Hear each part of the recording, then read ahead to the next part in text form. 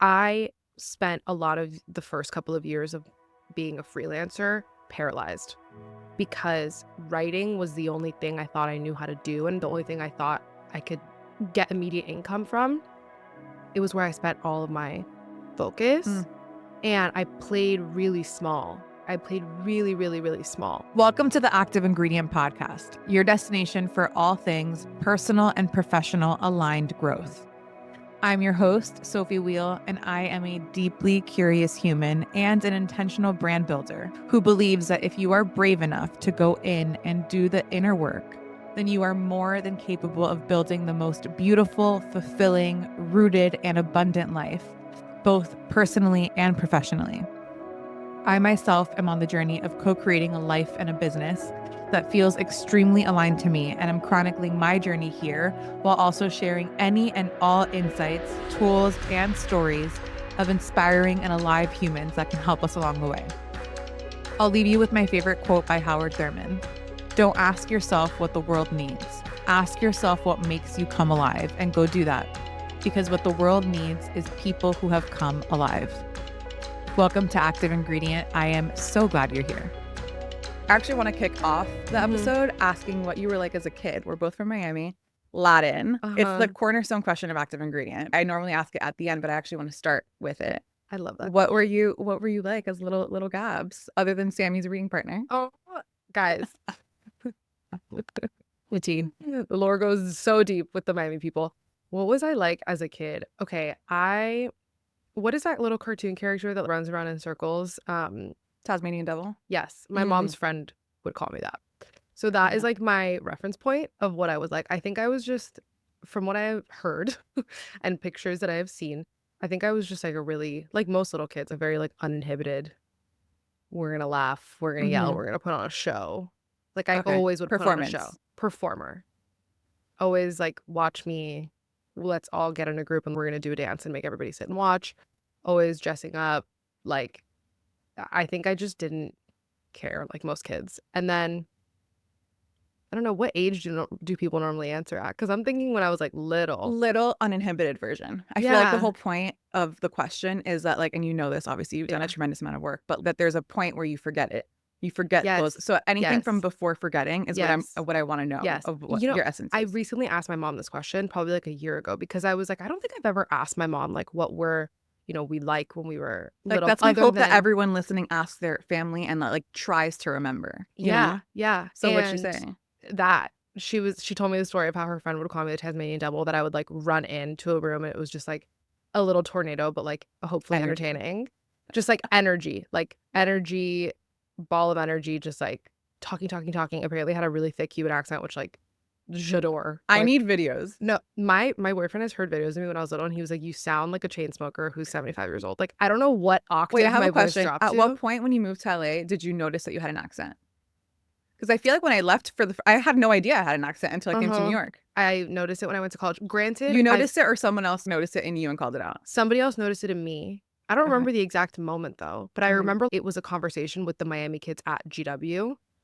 I think mine has gotten stronger as I've gotten older. I was interviewing my second guest for Irregardless, and we jumped on the phone, and I don't know when this came out, but spoilers, she's from Orlando. And we got on the phone, and I was like, "Oh yeah, I'm from Miami." And she goes, "You didn't have to say anything. Like, I heard you say one word and I knew exactly where you were from." And I was like, "Oh my God, I love that." Because growing up, I remember always being told, especially like the schools that I went to, and my mom just being an entrepreneur. Both my parents are Cuban immigrants, like a lot of our families. And she really was like, in terms of her accent too, we got to get rid of this Cuban accent. We got to get rid of like. Really? Yes, like assimilate. Anyway, so growing up, I always heard the Miami accent is trash. Like, don't be trash. And so in school, we would really focus on our diction and we would present. And like the school that I went to also, none of us really had, compared to other schools, these thick Miami accents. The school that I went to was the poster child for thick Miami accents. And so I grew up with that narrative, and then getting older, especially when I moved to New York and I started becoming friends with other Latinos who weren't like the Latinos I went to college with, that weren't like, no offense, like those like the very like uppity elitists. Yes. We're better than you. Don't even dare speak to me in Spanish in your trash ass accent. Like, you felt that in school? Oh my God. Really? Yes. I guess that's like, when a fish is in water and you don't even know I didn't even know that I was in that water. Like In college? no, in high school. Oh, no, I felt this, like, Oh, in later. college. Well, Okay. actually, no, lies. I did feel it in high school because I went to school with a lot of South American kids who were very, like Like my accent's better than yours vibes. yes. Like, yeah. Mhm. Yeah. No, I didn't realize that until later, but I definitely did. I felt it 1000% as soon as I moved here. Yeah. But now as I've gotten older, Yeah. especially living in LA, I feel like I've just shed a lot of the give a fucks, and it almost makes me sad that I worked so hard to get rid of an accent from where I'm from because that was deemed And that the people around you trashy. thought that it was necessary for you to Yes, succeed. like you wouldn't get a job or like people wouldn't take you seriously, and like And now it's your strongest asset, and it's like literally your whole brand. it's my favorite thing. When my boyfriend would be like, "You sound so Miami," we laugh, and it's my favorite thing in the world when people tell me that it really comes out. Yeah. The spice and the aliveness, you 100% have that. Okay, but back to little Gabby. Okay. So she's this energetic Taz. Yeah. What did you want to do? Did you have an idea of what you wanted to do? Honestly, I like definitely wanted to be a pop star. When I was like little, can't sing for the life of me, but I danced and I liked the idea of performing. Mm-hmm. And then I think as I got older, that it didn't quiet, but it shifted to a way that was like, what is a more digestible, like Realistic. smaller version? I think I started to get like, embarrassed. To this day, like I'm mortified of being embarrassed in public. Like it gives me oh my God, hives. So that is something. I feel like I need exposure therapy and force myself to take an improv class to get Oh my God, do it. over this. And I've gotten better, but Do you have any recollections of when that started or why? honestly, probably someone told me to like shut the fuck up. I have no idea. I really don't know. I think I probably, knowing me, I probably did something and then someone laughed or like, But you don't remember it. mm-mm. Okay. No, I'm sure with like few EMDR Yeah. sessions it would come back to me. That's a good question. But I I don't asked know. because, again, the question really is, and it's so interesting when I see people that are very much living in their sauce and feel so alive, they really have returned back Yeah. to that energy. Yeah. And I think it's just the part of life that you just forget and you come back, you forget and you come back. And hopefully, as you're doing your process in your life, Mm-hmm. the forgetting is shorter, right? You just can Yeah. come back to it so much easier and you're in it, right? Yeah. But I do think that it takes very specific amount of energy in the beginning to consciously unlearn that.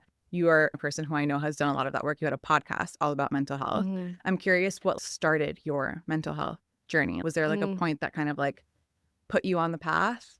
For sure. The way that I always tell the story is like growing up, I had always heard about the idea of working on yourself, but it wasn't in the mental health lens. Like Mhm. that word wasn't something they introduced to me until way later in life. And the only lens in which I saw it through was both my parents had done the Hoffman process. My dad had done it right when my parents got divorced. need I to was meet your like parents. 7. Girl, I love them, but I'm like, I think you forgot what you learned. So my dad went to Hoffman when my How did they parents, hear of Hoffman in Miami? my mom's best friend, who was actually at the time married to my dad's best friend, that's like how they met. She had gone. She's basically my godmother. So she had gone and she had told my parents about it. And so my dad, when they got divorced, I was like 7, he went. And I had no recollection of it. I just remember my dad leaving and coming back and being a very different person. And then my In what mom, sense? And did it scare he was you that he was so different? no, it was In a good good. way. Okay. Like he like wasn't angry. He was just like more chill. And then my mom went when I was like 16 or 17 years old. And I honestly remember Did they divorce less. after he went to Hoffman? No, Okay. before. I think that was like the catalyst. And my mom went when I was like 16 or 17. I don't actually really remember like what it was like when she came back. But basically my point is long-winded. I had grown up hearing about Hoffman, but I'd grown up hearing about it through the lens of like whenever I was fucking up or being annoying or just being an obnoxious teenager, like it was threatened. We're like, we're going to send you here. We're going to send you here. So I thought it was like an insane asylum. yes. And also with the stigmas that were happening and like, Right. I was just like, oh no, they're going to send me to the hospital and My God, that's so scary. terrifying. And I'm like, not for nothing, but The terrifying. Latin amenaza. Yes. And so then when I was in college, that's when I started experiencing a lot of anxiety for the first time, where it was manifesting in a very physical way. I think in high school, I just would always, I felt like very misunderstood. And I couldn't understand why people didn't, like, where was this disconnect? And in college, it only heightened. And then I was like, maybe it's because a lot of my external actions are completely misaligned from what I'm actually feeling. You were able to make that connection in college? Yeah. Wow. Because it came to honestly, like a breaking point. I was in a relationship that was just like not good. And I remember getting so frustrated with him being like, why can't you see where I'm coming from? And it actually wasn't through like the actions that I was showing in that relationship, because that was just like a fucked relationship. But it was through other things in my life where I was like moving in a certain way that I was just like, that's not how I feel internally. But why am I doing that? If that's not how I feel, like, what am I There's seeking? a disconnect. Yeah. Yeah. And my anxiety started to really heighten and How did it manifest. manifest? I would just like, my chest would get really tight. I wouldn't have like panic attacks, but it was just like, I would get really overwhelmed. It'd be hard to breathe. I would just like, I felt like I needed to break out of my own body. And before that, as a kid, you didn't experience it. So it was like a new Mm-mm. sensation that you're like, what the hell's going on? Okay. Mhm. And maybe I just had like more awareness around what Yeah. was happening in my body. I don't know. But I actually started coming out to LA a lot more because my brother lives out there, and I'm really close with his wife, and I would just come out there when I needed a beat, and I would spend a week with them. And I graduated and I was about to move to New York, and my life was about to completely change, and the anxiety was like rising, rising, rising. And I remember looking at my mom and being like, okay, I'm ready. Like, I'll go to Hoffman. I want to go. And so it came from me, which made me really happy. And for those listening that don't Massive know, difference. the Hoffman process is basically, I call it like therapy camp. You go for a week, no phone, no distractions, nothing. And you basically are recognizing all of your patterns, whether they came from mom, dad, whatever caretaker. And then you're essentially just doing a whole process of unlearning, reconnecting with your inner child. It's a whole cycle of transformation that they call it, of having the awareness and then moving to the expression, like getting it out, having the compassion and forgiveness, and then introducing those new behaviors. And so that was like, how do you do that in a week? bro, it like socks you in the face. You're awake from like 7 o'clock in the morning until like 10 o'clock at night, and you're just non-stop. Like, and that feels good in your nervous system. no. Like the first couple of days, you're like, what is going on? It's real. I'd never experienced something like that where I had to confront. I'm a very avoidant person in terms of actually dealing, which is funny because in I feel like you don't relationships, I'm get like, we that. need to talk about this now. But it's like a very anxious sort of thing. But I'm avoidant in the way where like, if I don't want to feel the bad thing, So you'll I do just wanna, everything to like, not feel it. yeah, like I just want to get over it, move around it. I'm like a very brush it under the rug, like, let's keep it pushing. Don't be a bitch. Like, let's just keep it going. Like, that's just kind of how I have always been. And Hoffman forced me to not do that and to really take a very, very honest look at myself, because you also can't play the blame game, because a lot of it in the beginning, you're like, oh, well, my mom did this and my dad did that and my sister did that and da-da-da-da-da-da. And you're blaming everybody else around you, and you're not taking any sort of accountability. And that's just, how do you expect to move forward in life if you're not going to take any accountability over the one thing that you can take accountability for, which is yourself? And I remember there was like one day that was a huge inflection point for me, where it was the day between expressing all of those things and getting rid of all those feelings and then having that sort of compassion and forgiveness. But it was in between the new behaviors and the rewiring of the neural pathways through a lot of visualizations, meditations, all that sort of stuff. And I felt like empty. And I remember telling my teacher, I was like, I don't know who I am without my patterns.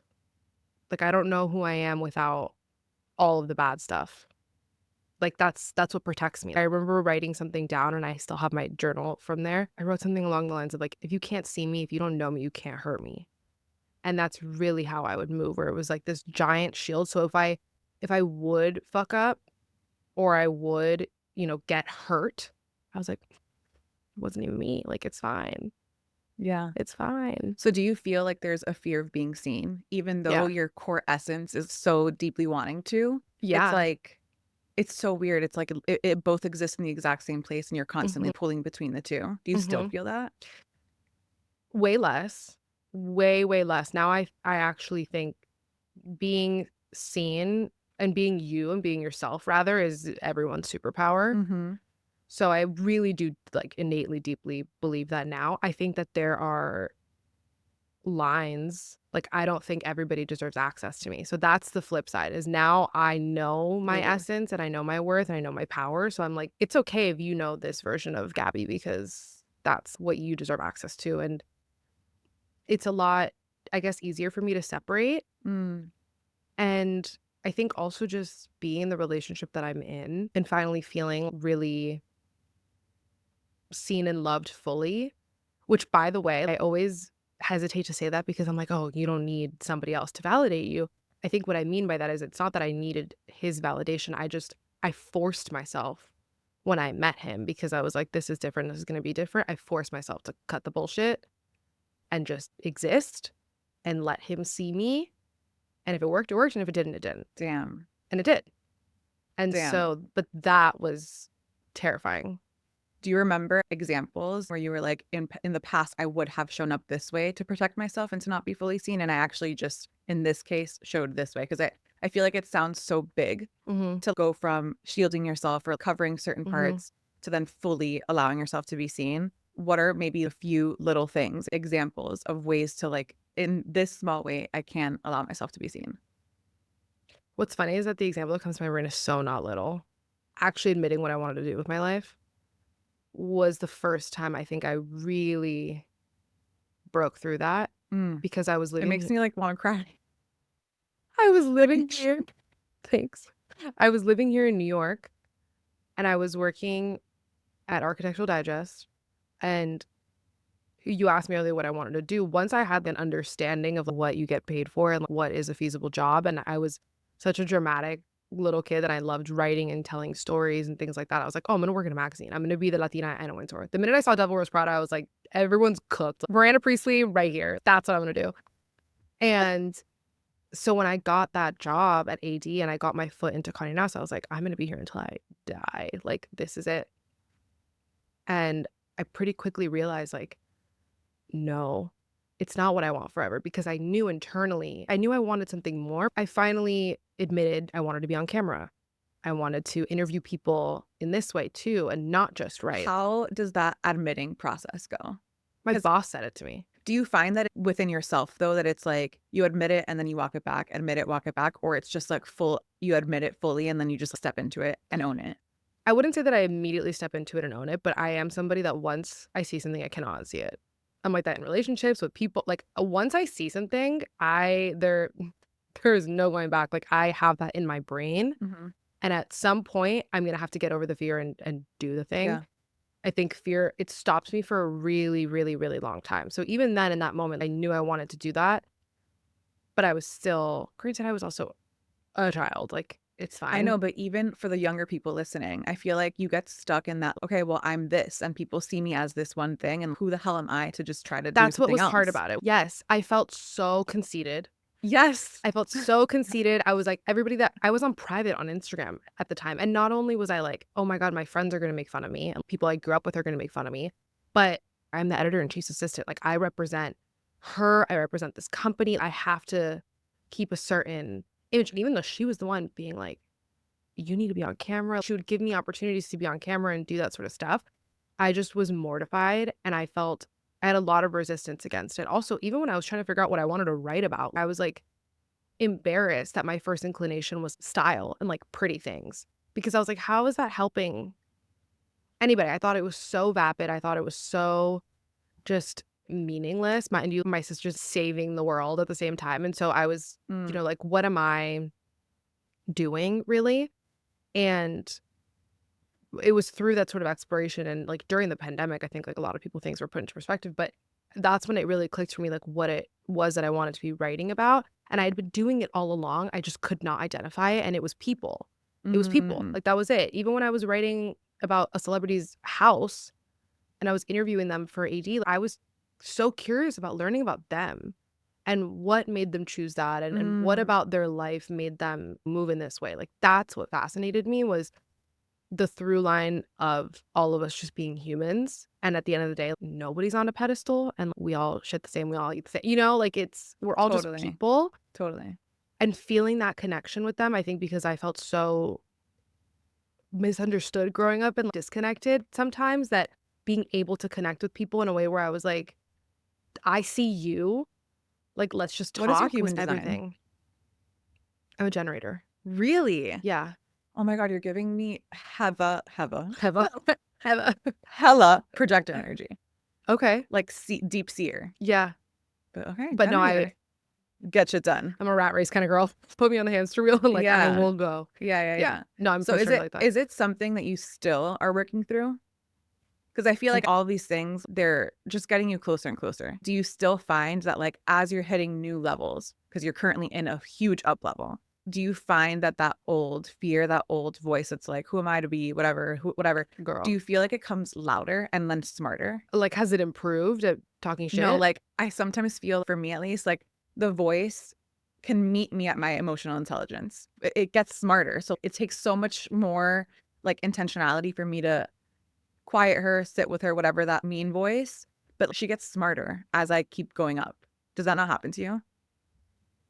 Like, smarter in a way that's Like, it's not helpful like, to you or more detrimental? no, that it's like every time that there's a new level, it's not like that same little, because I feel like when it's like the loud voice that you like know is I fucking see what you're saying. bullshit, you can be Yes. like, shh, you're the bullshit Yes. voice. But she's getting smarter. So she'll be like, Yes. she'll say things that, like, yeah, they actually have Well, weight. that makes sense because you're also changing in your life and growing. Yeah. And that makes sense to me, because the more information that you get about something, the more ammo you give her. Like, the more Exactly. information you intake, the more ammo this bitch gets. Yeah, like, That's this the way bitch that I is look at getting it. smart. Yeah. And so it's taking a lot more of a softer emotional intelligence. And I'm curious, at this up level for you, what does that voice even sound like in comparison to maybe that voice that when you were an assistant to the editor-in-chief?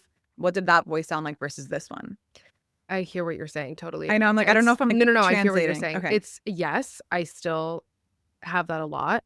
And I had, before I launched Irregardless, I forced myself to go back to therapy to literally work on that, because I knew that the only reason I wasn't doing it was because I was terrified of, like, a list of things. And it all had to do with my capabilities. It had to do with, does my voice actually matter? Like, again, who do I think I am to be like, A, I can do this, B, I can do it well, and C, it's going to contribute something somewhat meaningful to one person. And I had to do a lot of unlearning of that. So yeah, the voice is very like, she's smarter. I like the way that you put it. She's smarter because she has more information. She has more information. She knows how to meet you here. Yeah, and I also know, like, what I prep the shit out of everything. So I have all of the ways that this could go wrong lined up in my brain. So it feeds that ammo. But I will say, I have gotten so much better, and it really has only been like the last year that I've gotten so much better at this, at just saying, be quiet. I'm going to do it anyway. You know that meme that's like, do it, and then it says like, but I'm scared, and then it says, do it scared? Yeah.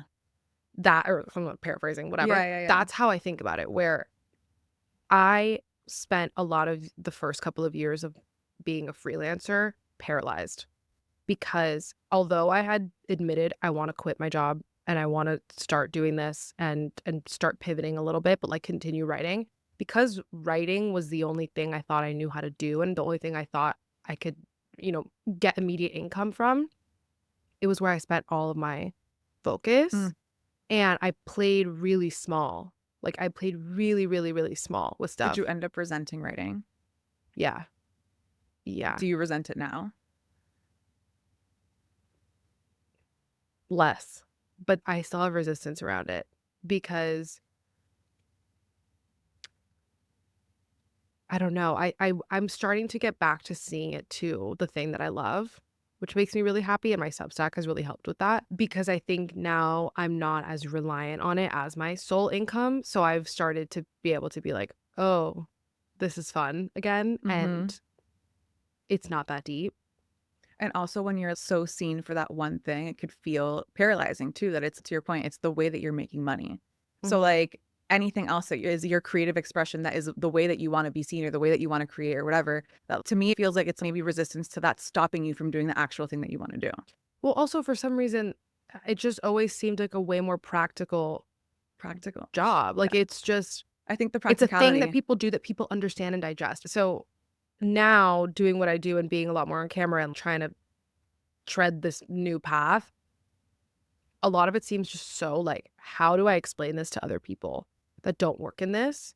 And so there was a lot of resistance of, like, they won't understand it, and because they won't understand, which also, by the way, is doing other people, like, a huge disservice because 'cause you're just, like, assuming that That they're they're dumb. morons. Yeah. Yeah, and, like, It's a defense mechanism, I think. 100%. And so just thinking that, like, I was like, "Oh, writing is so much more understandable, it's more digestible, it's a thing that people do, it's not as vapid as, wanting to be on." Something about, like, the idea Yeah. of being on camera So is so what different story did you replace it with that internally you feel really solid about doing it? because it's I know I'm 100% certain that's what I'm here to do. Not to be on a camera, but to have conversations with people Yeah. and to form community and connection through those conversations. Like, I know that's what I'm good at, and I know that's what I'm here for, and if one person can listen to that conversation or read that interview or that article or personal essay and see themselves slightly reflected in it and be like, "Oh, I'm not actually alone in this," or not see themselves reflected at all, but be like, "How cool that somebody else has a completely different life than me," and create a little bit more empathy that way. Or also my number one thing, find an expander through that story. I stand on so firm, like, I will die on this hill that I am only here because I saw somebody else do something similar, and I found these You online are that, by the way, to a mentors. lot of people. Thank you. And I'm sure the people that you're gonna have on Irregardless and the person that you've already had, but like you are that also. Thanks. Like Thank you. 1000%. Thank you. I Yeah. hope so. It's still really hard for me to actually accept that. Yeah, because like you're saying all these reasons and they're so true. But I also think simply someone being in their sauce is the service. I feel like Yeah. literally just that is enough. Mhm. And then the byproduct of, yes, connection and empathy and like people seeing themselves for sure. But like people seeing a person alive is enough. Like I feel like it's just a remembrance because when you see Yeah. that, you're like, oh shit, I have that aliveness in myself too. What with whatever they're doing. Yeah. They could be bird watching, but that's their truth. You're 100% correct because whenever I see someone thriving in whatever it In is, whatever. whether it's And not, then you think you again, want to it's do not that random thing career. and you're like, I don't want to do that thing. I just want to feel alive.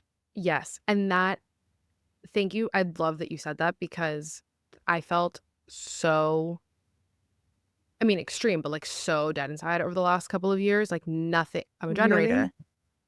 If I'm not lit up by what I'm I'm dead that doing, you're a generator. I know, but if I'm lit up by something, like, I will have endless, endless, endless battery life in me. Like, I will go forever. I said it in my BTS vlog for Lauren's episode. I was like, the minute that I came home, I knew I had to be on sets because when I'm Mhm. on sets, like, I will be there Same. forever and ever and ever and ever and ever, and I'm not tired. And it'll hit me when I get out of the shower and I, like, crash. Yeah. But even still, I'm like, I What could do is this it? every Creative day. energy, lights, like It's just, like, creating. connection. Yeah. It's just connection with, even if I'm not the one sitting down having the conversation, connecting with the people offset and, like, Yeah. seeing how everyone else is doing It's their like a job. fun Like, creative it's environment. a Yeah. fun creative environment. And so, but yeah, I felt really, I'm like, I don't even know how to step, but yeah, like, I just felt, like, so dead inside over the last couple of years. And Irregardless has really brought, like, it's just brought this excitement. And Mhm. I always am so careful to say that because I don't think that we should chase highs or, like, chase the passion all the time. Sometimes you have to fuck the feeling and, like, follow the plan. It's like Mhm. this little saying that I love that I saw someone on TikTok talk about. I'm like, I read an article. No, it's a TikTok video. But yeah, I think I feel alive again. And I do think that that aliveness, like, yeah, it shows through in video in your Thank conversations, you. but I think that it's also like when people are in it, it's a piece because it's not like it's not a high. You feel the high in the output. I don't sound manic. Thank you. No, like at least like for the people that I gravitate towards that I feel like are absolutely in their sauce. It's like, yeah, you definitely see them coming alive in the Yeah. end product. But as a human, what you feel is just like embodiment and peace. Yes. And then you turn it on to like make the output. Yeah. Like as a human, Yeah. you're good. Yeah. You know? And what's so funny is that the minute that you actually start moving in alignment with the energy that you know you're supposed to be in, everything else just starts happening. And everything else For just you, starts downstream. literally where I'm like, there is something else. I said this in that same blog where I was like, there is something, whatever it is that you believe in, there's something helping me. Because the minute that I admitted I want to make this show, the minute that I started looking for a production team, looking for talent, like all of those little pieces just started being like, here, here, here. Yeah, once I started moving in that alignment and in that truth of this is what I want to be doing, not to say that there is not always going to be external factors that you can't control and shit that's being thrown your way. Literally today, there's always going to be stuff and obstacles, but at least I've removed the barrier to entry that was my own self, because oftentimes that's the biggest barrier is you just stopping yourself 1,000%. for XYZ reason. And I feel like what you're describing is being guided. Like, it's like there's a piece that comes with that when you're in it, because you know that there's another hand here. Yeah. And so you can release it a little bit more, and it allows for literal magic to come through. And I feel like it's like tapping into that. So I'm curious, how do you like practically or have rituals that help you tap into that? And also, what do you believe in? Is it God, universe? All of the above. Source, big. Okay. Yeah. So I say I do all of it. Source, universe, God. I think it's interesting because my relationship with God is probably the newest to the addition, because growing up just around so much Catholicism and organized religion, I was like, not for me. I'm super good on that. And then I kind of ignored it and was like, no, never again. And as I've gotten older, I still feel that way about church and organized religion and all that sort of stuff. But in terms of my one-on-one relationship with God and understanding that it's a conversation between us two and it's our personal dynamic, that makes me feel a lot more comfortable and like held. Did you have to like it. unlearn the word God to relearn it in a new way? Yeah, like I had a lot of resistance around it. Me too. And like I used to think that was like really religious. Yeah. And I was like, like all of it was just like, no. Yeah. And it really has been the last maybe 2 years that I've started moving through that. But for me, I think what was it that got you to start? I think honestly, just seeing other people talk about how it's like a one-on-one relationship, and that I didn't have to go to a church and that I didn't have to subscribe to that type of organized religion. I was like, oh, again, like someone expanded me in that way. Who are your expanders right now? There's a lot. Name a few that come to mind. I mean, I name her all the time, but Ava DuVernay is like, to me, queen storyteller. I find the way that she tells a story to be so unbelievably powerful and beautiful. It forces you to see the humanity in one another. And that's why I love storytelling. Is it just forces you to see each other like people. Yeah. And so I love her, and I'm fascinated by her career and her pivots and just the way that she exists. Definitely her. I have been studying a lot of Oprah's old interviews. I mean, yeah, queen of all queens. We love Oprah. My friend Danielle Robay, I talk about her a lot too. She is an incredible journalist and on-camera host. And she has been a mentor of mine over the last 2 years, I would say. I think I met her about 2 years ago. And she, just the way that woman asks a question is really cool. She's really, really smart. And she was also really helpful to me in thinking about, I always had weird resistance calling myself a journalist because I'm not reporting the news and doing in my head that's like big impactful work. So I was like, oh, I can't call myself a journalist. Like, it's just like not what you are. And so watching somebody like Danielle, who is so smart and asks such good, smart questions, but also on the same time be a chill, cool, smart, fun, normal person. I was like, oh, you can exist in both. So she's been someone really big for me. I feel like that example is something that I think a lot of people need to understand, that proximity matters. Proximity really matters. Oprah and Ava for sure, huge expanders, but it's like seeing her and speaking to her and like actually being able to have dialogue with a person. Yeah. I feel like changes the game for people. 100%. But I also always tell people, I'm like, don't get discouraged if you're, in your direct perimeter, if you don't have people like that around you, because sometimes you just like might not have access to it depending on where you live, whatever. That's why the internet is amazing. Yeah. And things like Masterclass, I'm like, I am their number one free advertiser over here. Like you need a sponsorship immediately. Thank you.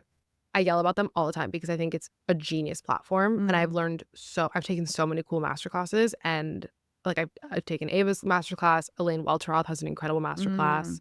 She's also been a huge expander for me. From seeing somebody leave the traditional media editorial world to going off, being on camera and doing that thing. So she's been a really cool blueprint also. Having online mentors that you will probably never meet is so valuable too. Reading books. Like right now, Mel Robbins, she's my queen right now. Like, okay, I haven't read it, but I'm like, what can this book say that is like so much more impactful than the actual saying itself? I feel like it's so self-explanatory and so potent and powerful that I'm like, what more can this book say? I'm a chapter in. I just started it on the plane here. Okay. When we were landing, I was like, I'll start the first chapter, so I'll keep you posted. But I just find the way that she explains things, and what I like that she said, I'm like, I'm 30 pages in, and what I love is she says that she's like, my concepts are simple, because if it's simple, you'll remember it. Yeah. And that's what I feel from a lot of these self-help books, is that it's so complex. No, yeah. Especially a lot of the like manifestation type stuff. Yeah. It's like, yes, I want to understand the neuroscience of it all, and I want to like get to the root of it. But sometimes these concepts are so like overly fluffed. Lofty. Yeah. That you're like, what the hell is this person even saying? And so I like when someone is just clear. Yeah. Totally. It's so powerful. Okay, we're short on time and I have questions that I really want. Go. Okay, so you've transitioned from AD, then you started Thoughts May Vary, freelance, all these different moments. And I feel like these are big things that from an identity standpoint you can attach to. You can attach to being a person who works at AD, and you have that kind of covering you to give you credibility. Thoughts May Vary was super successful. How do you know when to let go? Oof. And how do you know when it's time? And how long are you in it processing the grief? Because I do think that like we process the grief within it for a while before you do it. Yes. And I've always been that type of person, which is why when I actually pull the trigger and do it, that it's usually not as painful, because I think a lot of women do that. I think women process. It's like in relationships. Yes. In it. While you're in it. Yeah. 100%. Yeah. So I definitely. Heartbreaking. It's so heartbreaking. How do you show up? It's hard. It's hard because you feel like you're lying. And you feel like you're dying inside a little bit. Yeah. I think that's the thing for me, is it felt like I was lying. But to answer your question, how do I know when it's time to let go? When you start to realize that, when you start to feel like you're lying and you start to feel like you're acting. How do you decipher between this is just hard and I have to move through it versus this is just not it? I think there's a knowing inside of you. I don't know how else to describe that. I think there's just a knowing and a relationship that you have to get to with your intuition. How do you connect to it? Quieting my brain. How do you like practically quiet? I regurgitate everything onto a piece of paper. I write, I journal a lot. Meditation does help. I don't meditate a ton. I think the most I ever did was when I was at Hoffman, and it was wild. But getting quiet, whether it's literally just closing my eyes and taking a couple deep breaths and just actually listening, I think I've differentiated like what is my anxiety and like bad feeling versus an intuitive ping. I think there's like I feel it differently. What's like the texture difference, or like what's like one's like in my gut and one's in my chest. So I can anxiety's in your chest. Anxiety's in my chest. But yeah, I think when you start to feel like you're lying, and when frankly when there's like a lot of resistance, because that's also a good distinction, is I think a lot of people right now have a big aversion to things that are difficult, and I think it's causing people to have very little resilience, and that's a very reductive way, because I know we're short on time, like we can get into it. So I don't mean to be like extremely reductive, but hard things are going to happen all the time. And so I think training yourself to understand that you can do hard things, and you're always going to have to do hard things, and you're going to have to keep moving through it, is one practice, while also understanding there's a difference between the heavy resistance of like, this is not right. And so I think for me, it's just taken a good conversation with myself and like figuring out what my intuition is, and how to listen to it to figure it out. Because there's always a knowing inside. Even with the podcast, like there was a knowing inside of both Meadow and I, where we were like, I knew Irregardless could not happen while that was happening. And I knew that I don't even think I've ever said this. This is blunt, but like I knew I was only getting so far in my career for a reason. Mm. And I think she felt that too. And the minute that we both let go of it, we both just like skyrocketed. And I had other people say that to me too. Damn. Because again, people can see you differently. Mm. Yeah. Man, this has been incredible. I'm curious for someone listening that is maybe wanting to step into doing something for themselves or freelancing or creating a project, a podcast, whatever. I feel like there's that fear of, how am I going to pay myself? How do you structure your days? Like, how do you go from having someone else doing things for you and having like your life be planned for you to you being in charge of it entirely and not blaming and making a schedule for yourself? What advice would you give to someone? It's terrifying. I think in terms of the structure, you do things one thing at a time. Learn to prioritize. I think also when you make your own schedule, there's so much privilege that comes with that. And then at the same time, there's also the like, I could technically work forever because nothing is ever done because you're always trying to go to the next thing and keep it pushing, and you're not, meeting a quota or a certain thing. So that has been the difficult part of it, is figuring out what is the actual priority and what is going to move the needle today. And that's the question that I have to ask myself, because I'm really big picture. And so sometimes it's overwhelming because I feel like I'm pushing this boulder up a mountain. And I actually had a coach that I was working with tell me that she was like, how are you expecting to move this giant rock up a mountain? You have to look at everything like individual pearls on a pearl necklace, and every pearl holds the same weight. And you have to do, my friend Maxine and my producer Maxine, she says this all the time, but it's little things often. You have to do those little things every single day that pave that road. And then all of a sudden you're like, oh my God, I'm right there. I just have to like, and then I'm there. Yeah. And so that has been extremely helpful, is just like, keep going. You're working towards the goal, but like reverse engineer it, have the plan, have the little steps, and then continue to chip away. How do you regulate and find peace in that when you feel so far from it? I'll keep you posted. I have no idea. I think honestly, I'm trying. Because like living really for the hard. gap, sometimes I feel like and that's my biggest thing, is I don't want to live for the gap. No, and I always have, and I literally said this to my boyfriend like 2-3 months ago, because I was like, I don't want to wake up in another 5 years and have missed the last 5 years because I was so focused on that north. This, yes, like I don't want to wake up in the house with the kids and we're married and I have the ring and the perfect job and the show and the this and the that, and then I'm happy and then I'm allowed to have fun and like eat shit and like hang out with my friends. Though, like you have fun now, no?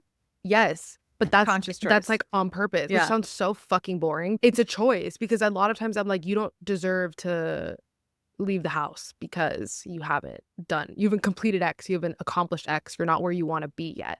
Which is even why these interviews are so interesting to me, like where I'm like, oh, people want to talk to me, people want to like hear what I have to say, because in my brain, I'm not where I want to be. So I'm getting there, and now I'm a lot more excited about the process of it, and I don't want to miss it. Like I don't want to miss now. Yeah. And no, like you're in difference. it, and I think that at every stage, it's like every stage is important for people to see. Yeah. You know what I mean? And you've done so much. I hope that you can feel it and take it in. And it is every single step. It's just going to feel, I think, the same. Thanks. Like I feel like most people that I've seen talk about it, they're like, there's just never an arrival. You're always arriving, and it's never an arrival, you know? Yeah. Yeah. Like you are always arriving. Like you've arrived today, but you're always arriving, you know? Yeah. So I love sounds that. so like put it on a pillow. Okay. I do want to hear about Irregardless. So give us high level. We've been talking about it, weaving it through the show. I'll say it in the intro. Okay. But what's your big intention, your big north with doing this and creating it?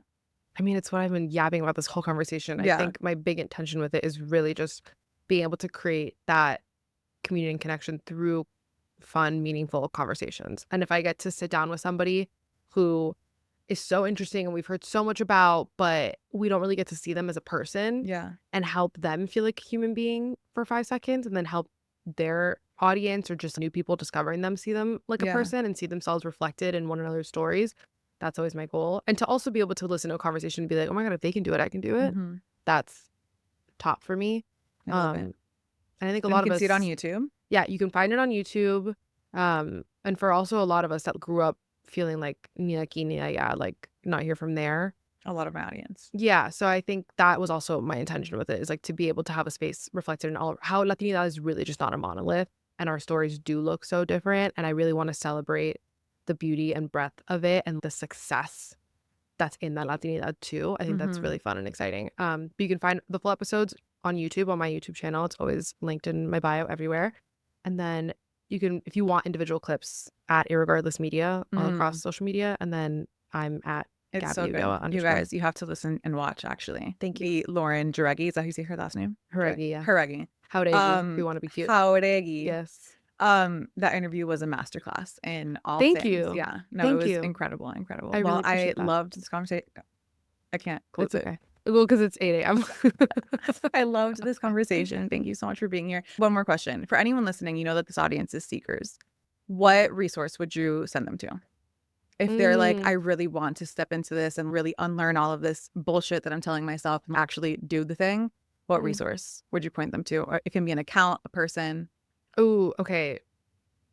I really like To Be Magnetic. I really Great like resource. To Be Magnetic. Yeah. If you're interested in manifestation and just like getting a little bit clearer on your intuition, figuring out what are those intuitive pings and what's just like a shiny carrot being dangled in front. They have a lot of fun terminology on there too. Yeah. And also it like takes one to know one. Like you hear someone say expander, ping. Like I'm like, you're TBM. It's TBM gal. Yeah, I love it. Well, thank you so much. Thank you. Thank you for having me.